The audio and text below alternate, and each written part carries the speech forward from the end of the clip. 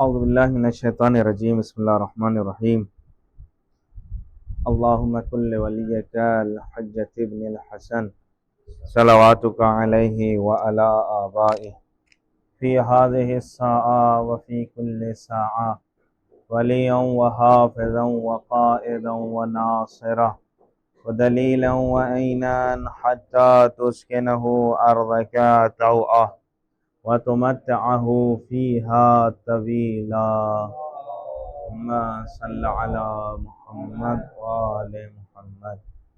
السلام علیکم ورحمۃ اللہ وبرکاتہ۔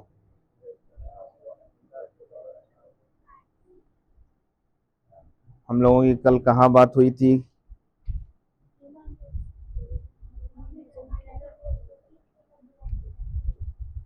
کس لیے؟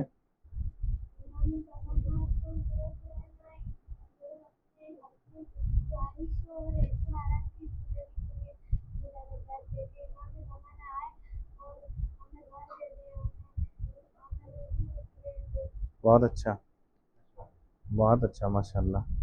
تم بتاؤ۔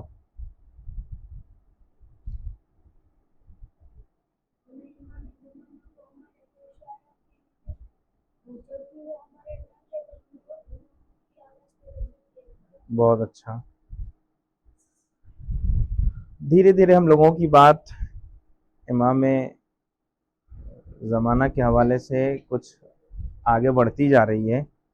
بہت سی چھوٹی چھوٹی چیز ہر چیز کے اندر ہے، مگر میرے پاس وقت کی کمی اور ٹائم کی کمی کی وجہ سے میں بہت اہم باتوں کو یہ 9 دن میں پیش کرنا چاہتا ہوں، اس لیے کہ پھر وقت ملے نہ ملے، حالانکہ خود ہر ایک چیپٹر پہ کام ہونا چاہیے، اور آخری امام سے ریلیٹڈ بہت کم کام ہوئے ہیں، یا اگر ہوئے ہیں تو بہت ڈاؤٹ کلیئر کیے گئے ہیں۔ مطلب لوگوں نے آ کے مثلا اس طرح کا نظریہ پیش کیا کہ جلدی سے زیادہ ظلم بڑھے، دعا کرتے رہو ظلم بڑھتا رہے، تاکہ جتنا زیادہ ظلم بڑھے گا اتنا جلدی امام آئیں گے۔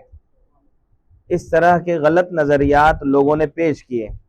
کچھ لوگوں نے ایسے بھی کام کیے کہ امام سے قریب کرنے کے لیے صرف رولانے والے واقعات، امام سے ملاقات کے واقعات ایک سے ایک سنائے، جس میں ایک سونے والی، معلوم ہے ہمارے ممبروں سے، ہمارے اس طرح کے جو اچھے ادارے جو جنہیں کہا جا سکتا ہے، انہوں نے قوم کو زیادہ تر سلانے والی سوئی دی ہے، کیپسول وہ والا دیا ہے جس میں قوم سوتی رہے، اس لیے کہ آپ بیدار ہو جائیں، یہ خود قوم کے لیے ایک سب سے بڑا کام ہے، مگر کوئی بھی اوپر والا نہیں چاہتا ہے کہ قوم بیدار ہو۔ کسی کو یہ پسند نہیں ہے کہ یہ ہم سے زیادہ جان کے اور ہم سے آگے نکل جائیں۔ اکثر لوگوں کی جو لڑائی ہے، دشمنی ہے، وہ اس بات پہ ہونی چاہیے کہ، یا اس بات پہ آپس میں اختلاف ہونا چاہیے کہ مجھ سے زیادہ اچھا کام یہ کر رہا ہے، بلکہ اس بات پہ ہوتا ہے کہ میں جو کر نہیں سکا یہ کیوں کر رہا ہے۔ یعنی عجیب، انسان اس بات پہ خوش ہونا چاہیے نا، جیسے باپ والا دل کیوں نہیں رکھتے ہیں ہم لوگ؟ جیسے ایک گھر میں باپ کا دل کیا ہے، میں نہیں پڑھا ہوں، میں اپنے بیٹے کو اتنا پڑھاؤں گا کہ مجھے یہ پراؤڈ ہو کہ میرا بیٹا مجھ سے زیادہ پڑھا ہے۔ یہ ہم اپنے گھر اور فیملی لائف میں کتنے اچھے ہیں، مگر یہی جب آپ سماج میں چلے جائیے تو ایک پرمکھ دوسرے، ارے جو کام یہ نیا نیا آ کے یہ اتنا اچھا کام میں نے کیا نہیں ہے، لوگ میرے پول کھولنے لگیں گے، اس سے اچھا ہے بھائی یہ تم غلطی کر رہے ہو۔ یعنی اس کو تو سپورٹ کرنا چاہیے کہ ٹھیک ہے، تمہارے میرے وقت میں پرابلمز تھی، میرا دماغ کام نہیں کر رہا تھا، میرے پاس فکر نہیں تھی، پیسہ نہیں تھا، سپورٹ نہیں تھا، تمہیں سب کچھ ملا ہے، تم آگے بڑھو۔ تو یہاں سب سے بڑی پرابلم نیتا والا حساب کتاب ہو جاتا ہے، ایک کو کھینچتے رہو، کیوں تم آگے جا رہے ہو؟ یہ عجیب معاشرے میں ہم زندگی بسر کر رہے ہیں۔ اسی طرح پورا گروپ آپ کے اس گجرات کے علاقے میں تو سب سے زیادہ امام زمانہ پہ لوگوں نے کام کیا ہے، اور ایسا کام کیا ہے کہ لوگ سوتے ہی رہ گئے، آج تک جاگ نہیں سکے، سوتے ہی رہ گئے۔ جن کی شروعات آپ دیکھیے، جب مجبوری کی بنیاد پر کوئی بھی کام یا کسی کے دکھاوے یا کسی کے اپوز میں اگر کوئی کام کیا جاتا ہے نا تو جب بنیاد اچھی نہیں رکھی جائے گی تو وہ آگے جا کر ڈسٹرب ہو جائے گی. ان لوگوں نے کس کا؟ ایران کا انقلاب شروع ہوا. انجمن حجتیہ جو ایران میں ایکٹیو تھی اس نے دیکھا کہ ایران میں آیت اللہ خامنائی اور امام خمینی کی وجہ سے کچھ ہونے والا نہیں ہے. ان لوگوں نے بر صغیر ہندوستان اور پاکستان کا حساب کتاب تیار کیا اور وہاں پورے کے پورے ٹھیک ٹھاک لوگ ٹرانسفر کر گئے. جب یہاں آ گئے تو اب ادھر بات یہ ہو رہی ہے، جیسے آپ دیکھیے لوگوں کی سوچ کہاں تک گر گئی کہ ایک طرف آ کے کہتے ہیں کہ ایران کی حکومت غلط اس لیے ہے کہ حکومت صرف امام کا حق ہے، پبلک کا نہیں ہے، مگر یہی لوگ مختار کی حکومت میں بہت خوش ہوتے ہیں. عجیب بات ہے، جب حکومت ہی کانسیپٹ غلط ہے تو مختار پہ خوش کیوں ہو رہے ہو؟ مختار کو ماننا ہے، اور ایران کی حکومت جو ان کے سسٹم کو اٹیک کر رہی ہے نا، ایران کی حکومت، ایران کا وہ کانسیپٹ انقلاب کا، تو اب یہ حکومت خراب ہے. ایک طرف ایسا اٹیک کر رہے ہیں کہ جس میں خود اپنے ہی اوپر بنائے ہوئے جو اصول ہیں وہ ختم کر رہے ہیں. بہت سی چیزوں کے اوپر ان لوگوں نے کام کیا، پری پلان بہت سے کام کیے، اس میں جا کر واقعات زیادہ سنائے. میں یہ کہتا ہوں امام صرف واقعات رونے رلانے کا نام نہیں ہے. انہی کے پاس وہ نظریات ملیں گے. کربلا ایک ہی ہور بنا، اب کوئی ہور نہیں بن سکتا. کیوں نہیں بن سکتا؟ مجلس میں بھی وہ ایکٹیو رول نہیں آنا چاہیے. مجلس سے صرف علی کی فضیلت بیان ہونی چاہیے. یہ تبلیغ کی بات کیا ہے؟ یہ نہیں ہونا چاہیے. یہ کہاں سے آ رہا ہے؟ وہ وہی لوبی ہے کہ جو چاہتی نہیں ہے کہ پبلک بیدار ہو، اور اسی کو روکنے کے لیے ہر چال وہ چلتے ہیں، اور اس میں وہ کوشش بہت کرتے ہیں. مگر اللہ نے بھی قسم کھا کے رکھی ہے، باطل جتنی بھی محنت کر لے مگر حق کا ہی نام اونچا رہے گا. آپ دیکھ رہے ہیں، جانتے بھی ہیں، ہندوستان میں 40 سال سے محنت کیا ہوا ایک بندہ اسی گجرات میں جو قابل تعریف ہے، 40 سال کی محنت کو ختم کر دیا صرف ایک انسان نے. کیوں؟ اس آدمی کی صلاحیت نہیں تھی. حق خود اتنا اہم ہے کہ حق ٹھیک ہے تھوڑا سا لوگوں تک پہنچنے میں ٹائم جاتا ہے، مگر حق کو کوئی دبا نہیں سکتا. باطل 2 دن 4 دن، جیسے میک اپ عورتیں جب کرتی ہیں نا تو 4 دن یہ بہت اچھی لائنیں نظر آتی ہیں، بہت خوبصورتی. 5ویں دن وہ اصل چہرہ سامنے آ جاتا ہے. باطل کا بھی معاملہ سیم وہی ہے. باطل 2 4 5 10 دن بہت اچھا نظر آئے گا اور اس کے بعد معاملات خراب ہو جائیں گے. یہی کام پورے ہندوستان میں بہرحال پھیلے تو اسی سائیڈ میں وہ، مگر اللہ کا فضل ہے کہ وہ خود ذلیل بھی ہوئے اور ہو بھی رہے ہیں. کیوں؟ اس لیے کہ جس نے بھی امام کے مقصد سے غداری کی ہے اس کو دنیا اور آخرت ہر جگہ ذلیل ہونا ہی ہے، اور وہ ہم لوگوں نے محسوس بھی کیا. امام کے حوالے سے آپ دیکھیے نظریات کی کیا مشکل ہے. لوگوں سے اگر پوچھا جائے امام ہمارے زندہ ہیں یا مردہ ہیں، سوال ہے. ہمارے امام زندہ ہیں، مگر کہاں انہیں ہم محسوس کر پاتے ہیں کہ وہ زندہ ہیں؟ نہیں کر پاتے ہیں. باہر نکلے کوئی نہیں ہے. یہ نظریہ کیوں ہمارا ختم ہو جاتا ہے کہ امام ہمیں دیکھ رہے ہیں؟ اگر یہ نظریہ ہمارا ختم ہو رہا ہے تبھی تو ہم گناہ کر رہے ہیں. گناہ کرنے کا مطلب ہے کہ یہ نظریہ ہمارا کمزور ہے. تو کیسے امام کو ہم مانتے ہیں کہ یہ حاضر ہیں ناظر ہیں؟ اس کا مطلب یہ ہے کہ کچھ لمحے ان کو ہم حاضر مانتے ہیں اور کچھ لمحے ان کو ہم غائب مانتے ہیں. عجیب معاملہ ہے نا. عقیدے کے اعتبار سے ہم اپنے امام کو کیا واقعاً زندہ مانتے ہیں یا نہیں؟ انشاءاللہ ایک اور اہم ٹاپک ہے، اس پہ میں بات کروں گا کہ کربلا، میں نے اس کو 2 دن پہلے آپ کے سامنے ذکر کیا بھی. کربلا صرف اس لیے سننا ہے کہ اس کربلا کو سن کے، جیسے ہوتا ہے نا کہ کوئی بھی ملٹری فوج کو جب تیار کرنا رہتا ہے تو کوئی سلیبس تو ہونا چاہیے نا. کون سا اسے پارٹ پڑھایا جائے کہ وہ اس کے اندر جذبات اور اس کے اندر وہ انقلاب کی کیفیت جاگ جائے. ہمارے آخری امام کے فوج میں داخل کرنے کا جو سلیبس ہے وہ کربلا ہے. کربلا اس لیے پڑھی جاتی ہے کہ اب کوئی اس امام کے لیے اپنے آپ کو تیار کرے. کربلا کا مین یہ ہے. مگر ہمارے یہاں کیا ہے؟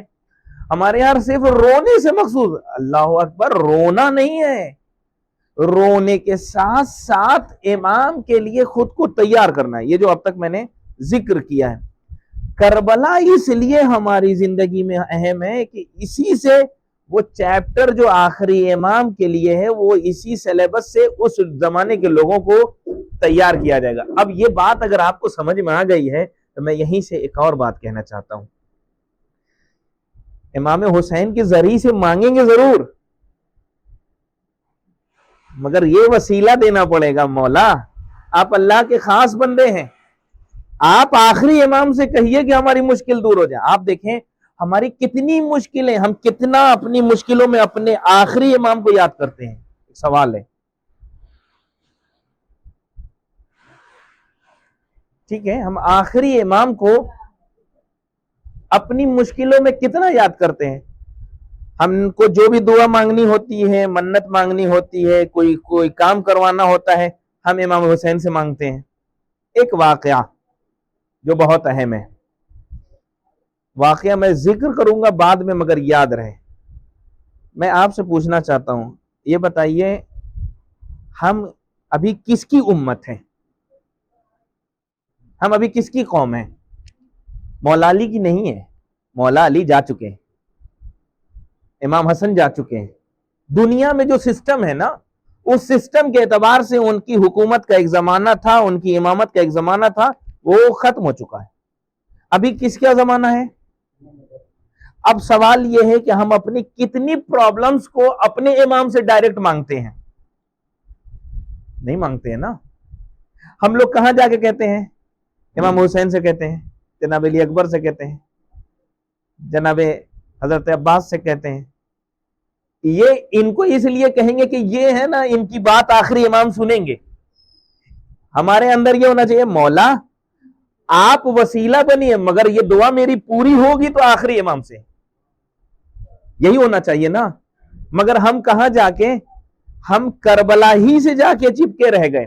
میں انشاءاللہ آج تو واقعہ نہیں سنا سکتا مگر آج ہی چھیڑ دیتا ہوں. ایک صلوات پڑھے محمد والا.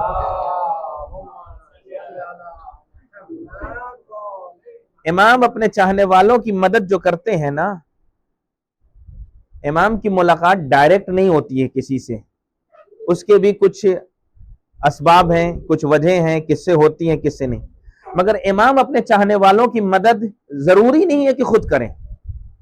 روایت بتاتی ہے کہ 40 افراد، بعض روایتوں میں 70 افراد ایسے ہیں جو امام کے خاص بندے ہیں اور امام کی طرف سے لوگوں کی مشکلوں کو دور کرتے ہیں. امام کی طرف سے لوگوں کی مشکلوں کو دور کرتے ہیں. ٹھیک ہے.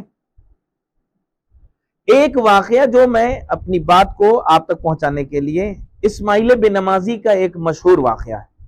ایک شخص ہے جس کا نام ہے اسماعیل، اس کا لقب ہے بن نمازی. سمجھ میں آ رہا ہے؟ اسماعیل بن نمازی. مشہد کا واقعہ ہے. ایک شہریار کرج کا ایک انسان 8ویں امام کی زیارت کے لیے جاتا ہے. مہینے بہر پہلے لوگ جاتے تھے، مہینے بھر کا حساب کتاب اپنا رکھ کے جیب میں بٹوے میں پھر چلے جاتے تھے. جب 8ویں امام کے ذریعے پہ پہنچا، زیارت کیا، تو وہیں پہ کسی چور نے پورے مہینے وغیرہ جو خرچہ تھا وہ مار دیا.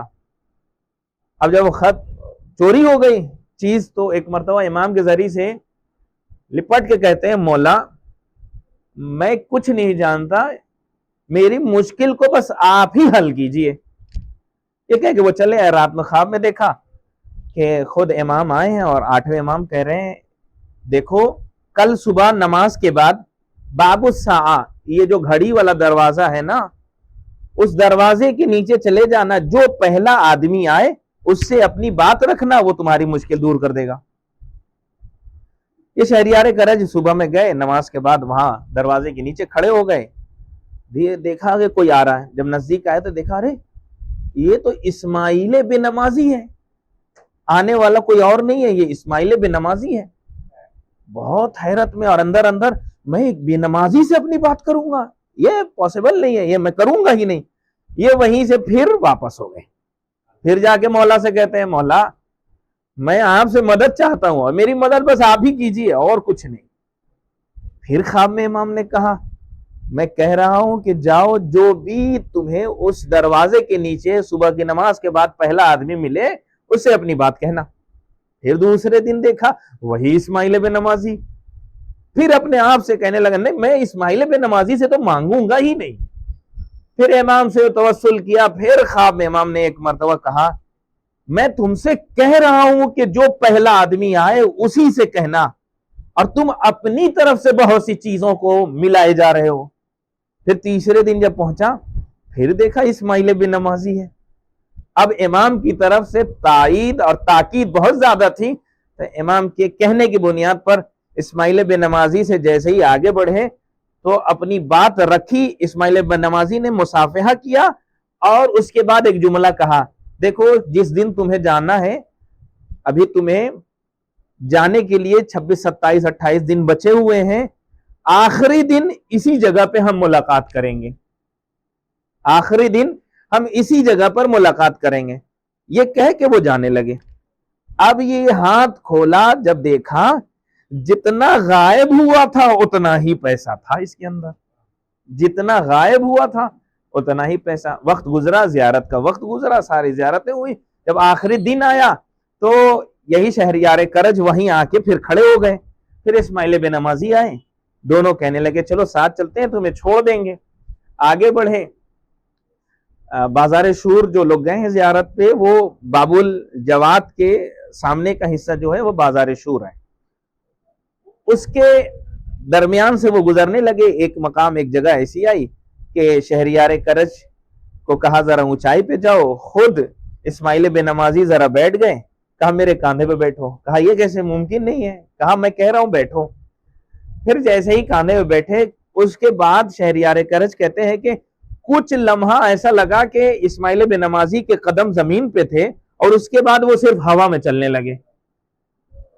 کچھ ہی دیر گزرا تھا کچھ ہی دیر ابھی گزرا تھا کہ اتنے میں دیکھا کہ ارے یہ ایک باغ آیا ہے. اس باغ میں کہیں اتر کے چائے وغیرہ پی لیا جائے. جیسے ہی اترے تو بہت نزدیک سے دیکھا یہ کوئی اور باغ نہیں ہے. یہ تو میرا ہی کرج کا باغ ہے. میں اپنے ہی علاقے میں آ گیا ہوں. پھر اس کے بعد اب یہاں سے سوال آیا اسماعیل بن نمازی سے کہ یہ بتاؤ میں تم سے کچھ سوال کرنا چاہتا ہوں. 2 سوال پوچھے تھے شہریار کرج نے. یہ طی العرض ایک ہمارے ہاں کانسیپٹ ہے کہ جب خدا والا انسان ہو جاتا ہے تو پھر اس کے لیے یہ دنیا چیزیں رکاوٹ نہیں بن سکتی ہیں. وہ سیکنڈوں میں بہت دور تک پہنچ سکتا ہے. جیسا کہ مولا کائنات کا واقعہ خیبر میں آئے تھے لمحوں میں اور ایسے واقعات ہمارے یہاں موجود ہیں. یہ روحانی طاقت جو ہے وہ یہ کر سکتی ہے. شہریار کرج نے ایک مرتبہ اسماعیل بن نمازی سے ایک سوال پوچھا. یہ بتاؤ کہ تمہارا لقب بے نمازی ہے اب تم یہ کام کر رہے ہو یہ سمجھ میں نہیں آ رہا ہے. ایک مرتبہ عجیب جملہ کہا دیکھو بات لوگوں کی ایک دم صحیح ہے. جن لوگوں نے مجھے کہیں نماز پڑھتے ہوئے دیکھا ہی نہیں ہے تو وہ ضرور مجھے بے نمازی کہیں گے. مگر انہیں کیا معلوم کہ میری زیادہ تر نماز امام زمانہ کے پیچھے ہوتی ہے. انہیں کیا معلوم کہ میری زیادہ تر نماز امام کے پیچھے ہوتی ہے اس لیے وہ مجھے بے نمازی کہتے ہیں. پھر اس کے بعد کہا شہریار نے پوچھا یہ بتاؤ کہ تمہیں کیسے معلوم کہ کتنا پیسہ میرا غائب تمہیں کس نے بتایا. کہا دیکھو روایت ہے 40 لوگ یا 70 لوگ ہر زمانے میں امام کی طرف سے. ایک کانسیپٹ ہے مہدویت کے چیپٹر میں جسے ابدال کہتے ہیں. الف بے دال الف لام. ابدال امام مدد کے لیے لوگوں کی مدد کے لیے خود کسی نہ کسی کو ایک آدمی کو اس جگہ پہ رکھ کے اور بھیج دیتے ہیں. ہر زمانے میں ہمارے ہی درمیان لوگوں میں سے ہی یہ 40 اور 70 کے آس پاس ہمارے ہی درمیان رہنے والے لوگ ہوتے ہیں. ان میں سے کوئی اگر مرتا ہے تو پھر کوئی ایک دوسرا اچھا انسان وہ جگہ لے لیتا ہے. یہ ہر زمانے میں آخری امام کے خاص لوگ ہیں جو لوگوں کی مدد کرتے ہیں. ضروری نہیں ہے کہ امام ہر جگہ سب کے لیے آئیں، امام کی طرف سے یہ لوگ آتے ہیں. انہوں نے کیا فرمایا؟ اسماعیل نے کہا دیکھو تم نے اپنی گزارش اور درخواست 8ویں امام سے کی تھی، 8ویں امام نے درخواست آخری امام سے کی تھی، اور آخری امام نے یہ کام مجھے سونپا تھا کہ تم جا کے یہ کام کرو. یہاں سے جو اصل نتیجہ حاصل ہو رہا ہے وہ یہ ہے کہ اگر ہم مانگیں گے مولا عباس سے تو چینل آخری امام ہی ہیں، ملے گا آخری امام سے. مانگیں گے امام حسین سے، ملے گا آخری امام سے. کیوں؟ اس لیے کہ ہم آخری امام کی امت میں ہیں، ہم آخری امام کی قوم اور امت میں ہیں. اس لیے اگر ہم مانگتے ہیں، اب ہمیں تھوڑا سا اپنا ذہن بدلنا ہے کہ مانگیں گے باب الحوائج مولا عباس سے، مگر یہ ہو مولا آپ کہیے آخری امام سے کہ ہماری یہ کام ہو جائیں. مشکل کیا ہے؟ مشکل یہ ہے کہ اس زمانے کے امام تک ہمیں پہنچنے ہی نہیں دیا جاتا ہے. ہمیں یہ علم، تابوت، تعزیہ، مسجد، منبر، یہ امام حسین، چوتھے امام، 5ویں امام، سب کو اس لیے ان کو پیش کرنا ہے، ان کے سامنے دعائیں رکھنی ہے کہ یہ ہمارے آخری امام سے. اب بتائیں آخری امام سے کتنے لوگ کنیکٹ ہو پا رہے ہیں؟ نہیں ہو پا رہے ہیں. یہ ایک سوال ہے نا. جڑنا آخری امام سے ہے، اس لیے کہ اس زمانے میں ہمارے آخری امام موجود ہیں. اور کوئی بھی آپ قرآن کی آیت اور شب قدر کی وہ روایت اور آیت سے جانتے ہی ہیں، تنزل الملائکۃ والروح فیہا بإذن. یہ جو بھی حکم ہے یہ امام کے ذریعے لکھا جاتا ہے نا. ملائکہ نازل ہوتے ہیں، روح نازل ہوتی ہیں، اور وہ امام کی طرف سے ہوتا ہے. جب امام اللہ کی طرف سے حجت ہیں آخری زمانے میں، تو پھر ساری مشکلیں، ساری دعائیں اگر دور ہوں گی یا پوری ہوں گی تو وہ آخری امام کے وسیلے سے. اور ہم اپنے آخری امام کو زندہ بہت کم مانتے ہیں. پہلے یہ احساس کرانا چاہیے کہ ہمارا امام زندہ ہے. اب یہیں سے ایک اور بات، بہت سی جگہ پہ لوگ کھڑے ہو کہہ دیتے ہیں نذر برائے 14 معصومین. سنا ہے 14 معصوم کی نذر؟ 14 معصوم کی نذر. تھوڑا سا سوچنے کا طریقہ بدلنا چاہیے. وہ کیا؟ اب ہمیں اس طرح سے کہنا چاہیے کہ امام زمانہ کی نیابت میں 13 معصوموں کی میں نذر دے رہا ہوں. یہاں میں اپنے امام کو زندہ مانوں، احساس کروں. مگر ہو کیا رہا ہے؟ ایک ساتھ جیسے 13 معصوم آئے ہیں ویسے 14 بھی اسی. اسی لیے کچھ لوگ جاتے ہیں زیارت پہ نا، تو آگے کہتے ہیں ہم 14 معصوم کی زیارت کر کے آ گئے. ارے 14 ہمارا زندہ ہے. ہمارے 14 لوگ کہتے ہیں نا فخر میں، ارے 14 معصوم کی قبر سے میں ہو کے آ گیا. ہمارے 12ویں امام زندہ ہیں. یعنی لوگ اپنی باتوں میں، زیارتوں میں بھی زندہ ہونے کا احساس کریں، نہ کہ وہ دنیا سے چلے گئے ہیں. اور ساری دنیا کی مشکلات کا حل یہی ہے کہ امام کا ظہور ہوگا، مسئلہ حل ہے.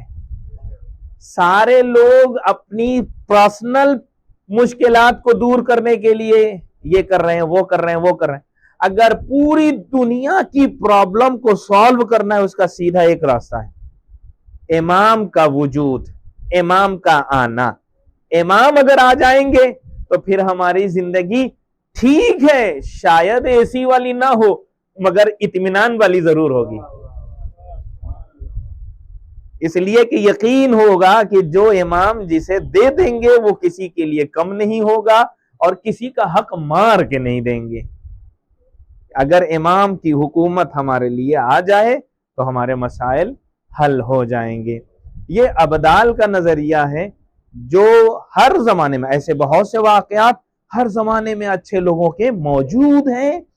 اس لیے ہم لوگوں میں اکثر لوگ جب ظہور ہوگا نا تو اکثر لوگ امام کو دیکھ کے کہیں گے ارے ان کو تو ہم نے دیکھا تھا کہیں، ان کو ہم نے دیکھا تھا کہیں، ان کو ہم نے کہیں دیکھا تھا. کیوں؟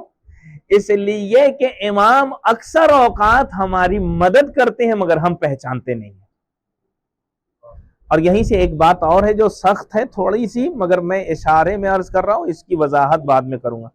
ہمارے یہاں ایک اور مشکل یہ ہوئی ہے کہ ہم امام کو ایک بہت بڑے نورانی چہرہ، ایک ایسا چہرہ اپنے ذہن میں تصور کرتے ہیں کہ جس کی طرف ہم دیکھ بھی نہ سکیں۔ آپ کبھی بھی امیجنگ اپنے ذہن میں کیجئے کہ امام کا چہرہ کیسا ہوگا، کتنا نورانی ہوگا، تو ایک ایسی تصویر ہم بناتے ہیں کہ جسے ہم دیکھ نہ سکیں۔ صحیح ہے؟ جو ہم ذہن میں تیار کرتے ہیں، ایسا غلط ہے۔ اب مان لیجئے اگر ہم اس طرح سے سوچیں کہ امام اتنا نورانی ہیں، اتنے گورے ہیں، اتنے یہ ہیں، تو ان کی طرف ہم غور سے نہیں دیکھ سکتے، اس کا مطلب یہ ہے کہ امام سے امت پھر کنیکٹ کیسے ہوگی؟ اسی لیے روایت میں ہے کہ ہمارے کافی امام، یہ جو ایک نظریہ ہے نا کہ گورے کالے، ارے انہی چیزوں کو ختم کرنے کے لیے امام آئے تھے۔ نوے امام کے لیے ملتا ہے کہ یہ سانولے رنگ کے تھے، نہ کہ وہ نورانی جیسے سمجھتے ہیں۔ یعنی چہرہ اور یہ اسکین کا گورا ہونا کمال نہیں ہے۔ توجہ شرط ہے، بس آخری بات ہے، امام کا یہ گورا ہونا، یہ چہرہ ایک دم سفید ہونا، یہ کمال نہیں ہے، یہ کمال نہیں ہے۔ امام کا کمال یہ ہے کہ امام کے اندر کوئی عیب۔ اچھا میں یہ پوچھوں، ہم لوگ یہاں ہندوستان میں رہتے ہیں، کالے ہیں یا ہلکا سانولا رنگ ہے، تو یہ عیب ہے ہمارے لیے؟ شیخ زکزکی عیب ہے؟ نہیں ہے نا۔ یعنی رنگ میں عیب نہیں ہے، چاہے گورا ہو یا کالا ہو، مگر ہمارے ہاں جو امام کا چہرہ پیش کیا جاتا ہے نا، وہ ایک دم نورانی، جیسے لگتا ہے کہ کوئی انگریز ڈپارٹمنٹ کا کوئی پیش کیا جا رہا ہے۔ نہیں، ایسا نہیں ہے۔ امام ہمارے ہی جیسے ہیں، مگر ان کی خصوصیت یہ ہے کہ ان کے اندر کوئی عیب نہیں ہے۔ عیب نہیں ہونے کا مطلب یعنی ان کا ہاتھ لنگڑا، لولہا، اندھا، بہرا، اس سے وہ پاک ہیں۔